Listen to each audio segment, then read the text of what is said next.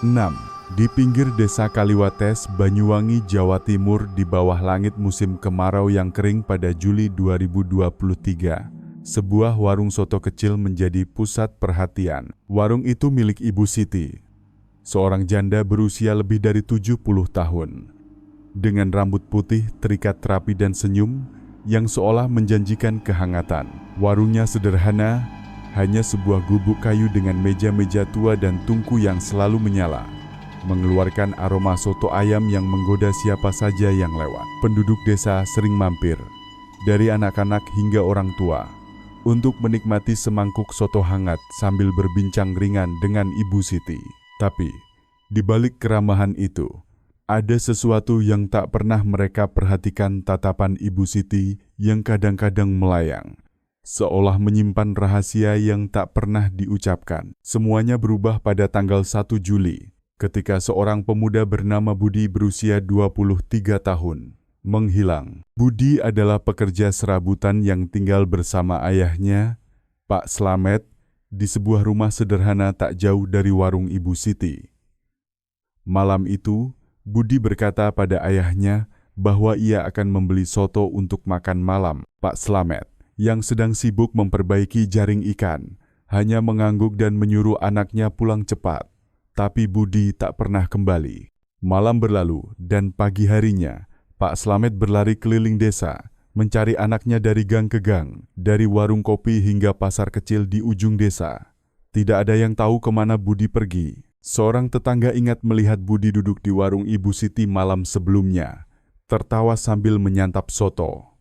Itu adalah kali terakhir ia terlihat. Dengan hati penuh kecemasan, Pak Slamet bergegas ke warung Ibu Siti. Wanita tua itu, dengan senyumnya yang biasa, berkata bahwa Budi memang mampir, makan semangkuk soto, lalu pergi. Tapi ada sesuatu dalam nada suaranya, sebuah ketenangan yang terasa tidak wajar, yang membuat Pak Slamet merinding. Desa mulai berbisik, Budi adalah pemuda yang pendiam, tak punya musuh, tak punya alasan untuk kabur. Keluarga melapor ke kepala desa, dan pencarian dimulai. Mereka menyisir sawah, sungai kecil yang mengalir di pinggir desa, bahkan hutan kecil di dekatnya. Tapi Budi seperti lenyap di telan bumi. Hanya seminggu kemudian, pada tanggal 9 Juli, kejadian serupa terulang. Kali ini korbannya adalah Sari, 31 tahun, seorang ibu rumah tangga yang dikenal ramah dan selalu tersenyum. Sari biasa membeli soto untuk anak-anaknya di warung Ibu Siti. Sore itu, ia berkata pada suaminya, Pak Joko, bahwa ia akan membeli soto dan pulang secepatnya. Joko, yang sedang memperbaiki sepeda motor, hanya mengangguk sambil bercanda bahwa istrinya terlalu sering makan soto. Tapi malam itu, Sari tak kembali. Ponselnya mati dan rumah mereka kosong. Joko panik, berlari ke warung Ibu Siti di tengah malam. Wanita tua itu sedang membersihkan meja dengan gerakan yang terlalu cepat, seolah ingin menyembunyikan sesuatu. Ia berkata bahwa Sari hanya membeli soto lalu pergi. Tapi Joko melihat noda aneh di salah satu sudut meja seperti noda darah yang buru-buru dilap. Ia tak punya bukti, tapi hatinya berkata ada yang salah. Desa Kaliwates mulai diliputi ketakutan.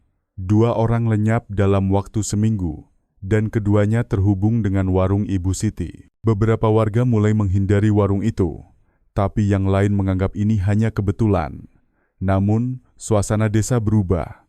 Malam-malam yang biasanya penuh tawa kini dipenuhi bisikan cemas. Semua mata tertuju pada warung kecil itu, di mana lampu minyak tetap menyala setiap malam, seperti menantang kegelapan. Pada tanggal 15 Juli, kejadian ketiga terjadi.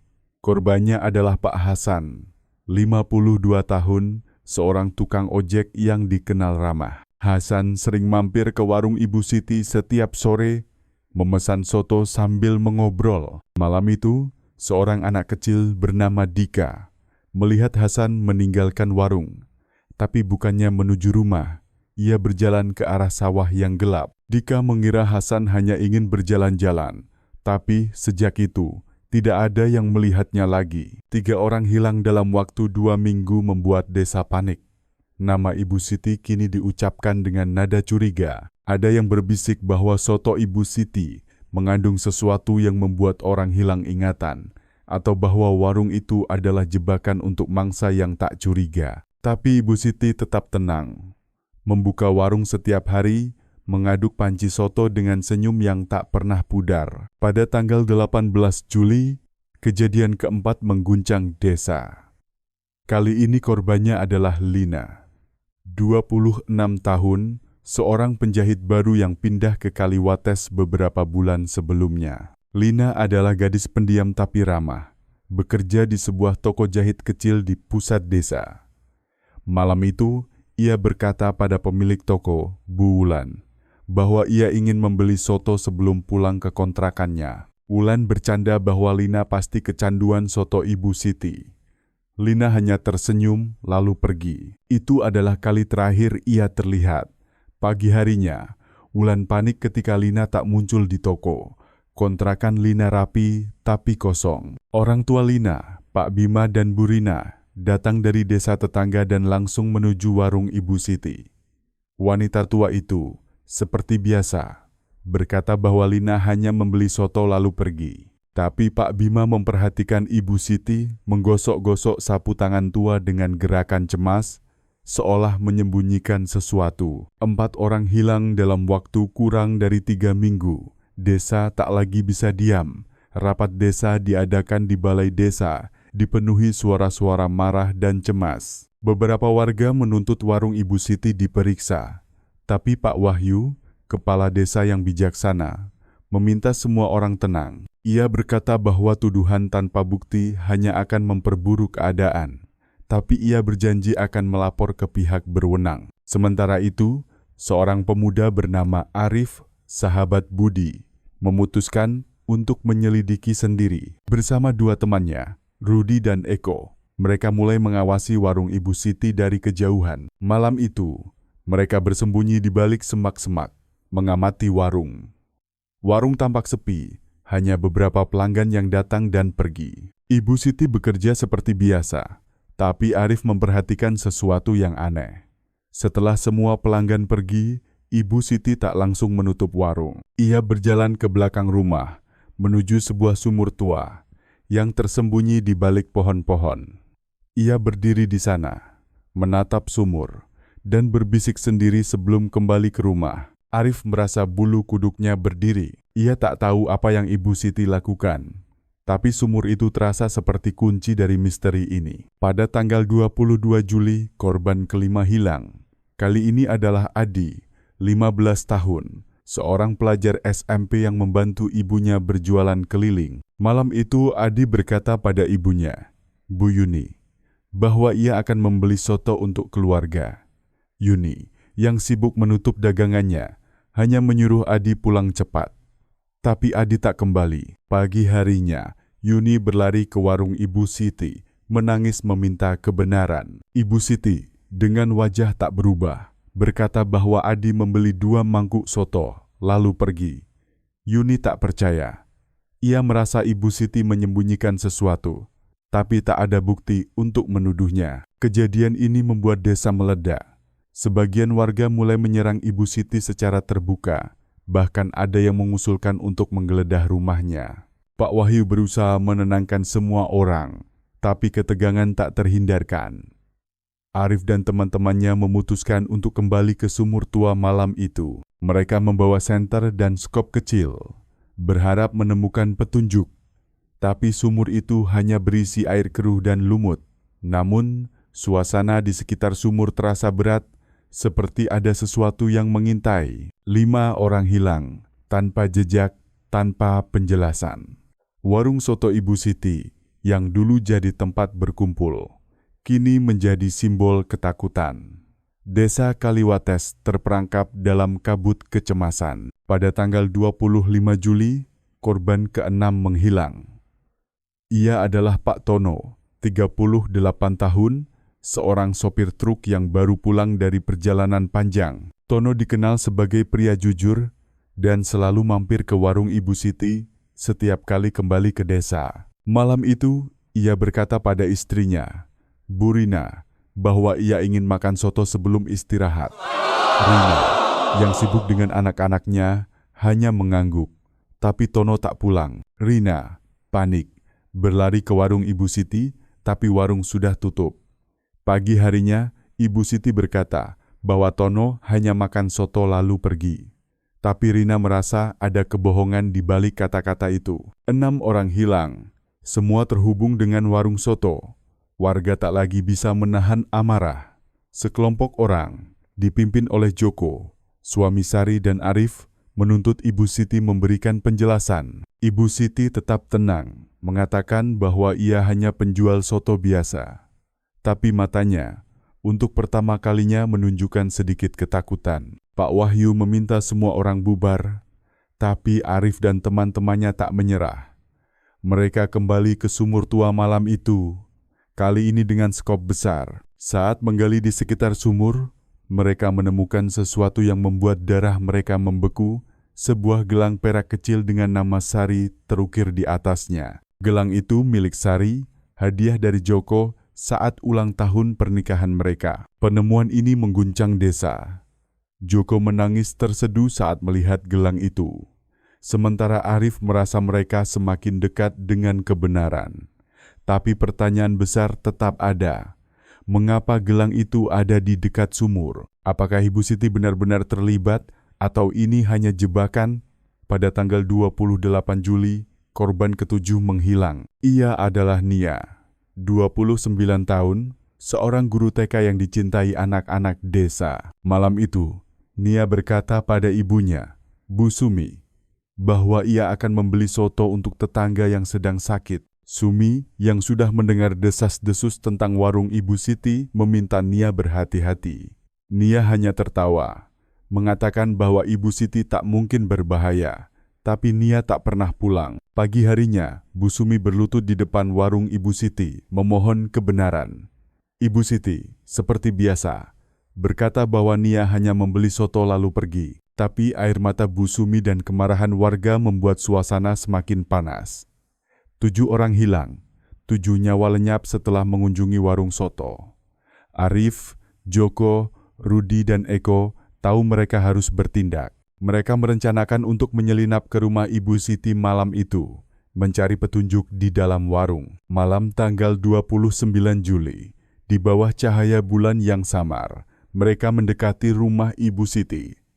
Warung sudah tutup, lampu minyak di dalam rumah padam. Dengan hati-hati, Arif membuka pintu belakang yang ternyata tidak terkunci.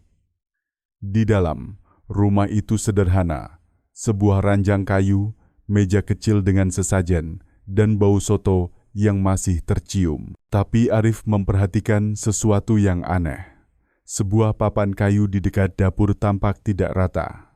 Bersama Rudi dan Eko, ia mencoba mengangkat papan itu. Di bawahnya ada sebuah lubang kecil menuju ruang bawah tanah yang gelap. Jantungan mereka berdegup kencang. Tak ada yang menyangka rumah sederhana itu menyimpan rahasia seperti ini. Arif ingin segera turun, tapi Eko, yang paling penakut, menyarankan untuk kembali keesokan harinya dengan persiapan lebih baik. Setelah berdebat, mereka menutup papan itu kembali dan pergi. Tapi Arif memotret papan itu sebagai bukti. Pagi harinya mereka menceritakan penemuan itu kepada Joko. Joko, yang sudah putus asa mencari Sari, ingin segera kembali ke rumah Ibu Siti. Tapi Arif memintanya bersabar. Takut tindakan gegabah akan membahayakan mereka. Pada tanggal 30 Juli, mereka membawa bukti ke Pak Wahyu. Kepala desa yang awalnya ragu, setuju bahwa ruang bawah tanah itu mencurigakan. Ia melapor ke pihak berwenang dan sekelompok orang dari kecamatan datang untuk memeriksa rumah Ibu Siti. Wanita tua itu mengaku ruang bawah tanah hanya digunakan untuk menyimpan kayu bakar dan barang bekas. Saat diperiksa, ruang itu memang hanya berisi karung-karung tua dan beberapa peralatan dapur. Tapi Arif merasa Ibu Siti sudah tahu mereka akan datang, seolah ia telah membersihkan sesuatu. Pada tanggal 1 Agustus, desa dikejutkan oleh penemuan baru. Seorang petani, Pak Mulyo, menemukan sehelai kain sobek di sawah dekat sumur tua. Kain itu mirip dengan baju yang sering dikenakan Nia. Berita ini menyebar cepat dan Arif bersama teman-temannya kembali ke sumur dengan sekop dan tali. Saat menggali lebih dalam, mereka menemukan pecahan kayu tua dan sebuah cincin perak kecil dengan nama Lina terukir. Cincin itu milik Lina yang selalu dipakainya. Penemuan ini membuat mereka hampir kehilangan akal. Joko, yang ikut dalam penggalian, gemetar saat melihat cincin itu, yakin bahwa itu milik Lina. Pada tanggal 3 Agustus, keluarga Lina, Pak Bima dan Bu Rina, patah hati saat melihat cincin itu. Warga desa kini yakin bahwa sumur tua itu menyimpan rahasia mengerikan. Beberapa menuntut untuk menggali seluruh area di sekitar sumur. Tapi Pak Wahyu meminta semua orang tenang agar tidak merusak petunjuk. Sementara itu, Ibu Siti mulai jarang keluar rumah. Warungnya hanya buka beberapa jam sehari. Dan wajahnya tampak semakin tua dan lelah. Ada yang bilang ia takut, tapi ada juga yang curiga ia sedang menyembunyikan sesuatu. Pada tanggal 5 Agustus, sebuah petunjuk baru muncul. Seorang anak penggembala, Bima, menemukan sebuah tas kain tua terkubur di dekat sumur. Di dalamnya ada sebuah buku catatan usang dengan tulisan tangan yang sulit dibaca. Buku itu menyebutkan tentang 7 jiwa dan pintu yang harus dibuka. Salah satu catatan menyebut tanggal 1 Juli hari Budi hilang. Arif merasa ini bukan kebetulan. Ia dan teman-temannya kembali ke sumur malam itu. Kali ini dengan tangga tali untuk turun ke dasar sumur. Di sana, mereka menemukan dinding batu yang terdengar kosong saat diketuk. Setelah memecahkan dinding, mereka menemukan sebuah lorong kecil menuju ruang bawah tanah lain. Di dalam ruang itu, mereka menemukan pemandangan yang mengerikan. Sebuah meja kayu dengan 7 kursi di sekitarnya, masing-masing dengan barang pribadi para korban kemeja Budi, syal sari, topi Hasan, dan lainnya. Di tengah meja ada sebuah guci besar berisi cairan hitam pekat, mirip dengan guci kecil yang ditemukan sebelumnya. Arif memotret semuanya, lalu mereka buru-buru pergi, takut seseorang akan memergoki mereka. Pada tanggal 7 Agustus, mereka menunjukkan foto-foto itu kepada Pak Wahyu. Kepala desa segera menghubungi pihak berwenang untuk pemeriksaan besar-besaran. Malam itu, Joko yang tak bisa menahan diri, menyelinap ke rumah Ibu Siti sendirian. Ia membuka papan menuju ruang bawah tanah. Tapi tiba-tiba Ibu Siti muncul, memegang tongkat kayu dengan tatapan dingin. Joko menuntut jawaban tentang Sari, tapi Ibu Siti hanya berkata, "Mereka sudah bebas," sebelum berbalik pergi. Kata-kata itu membuat Joko gemetar, tapi ia tak punya bukti untuk menahan Ibu Siti. Pada tanggal 8 Agustus, pemeriksaan besar-besaran dilakukan.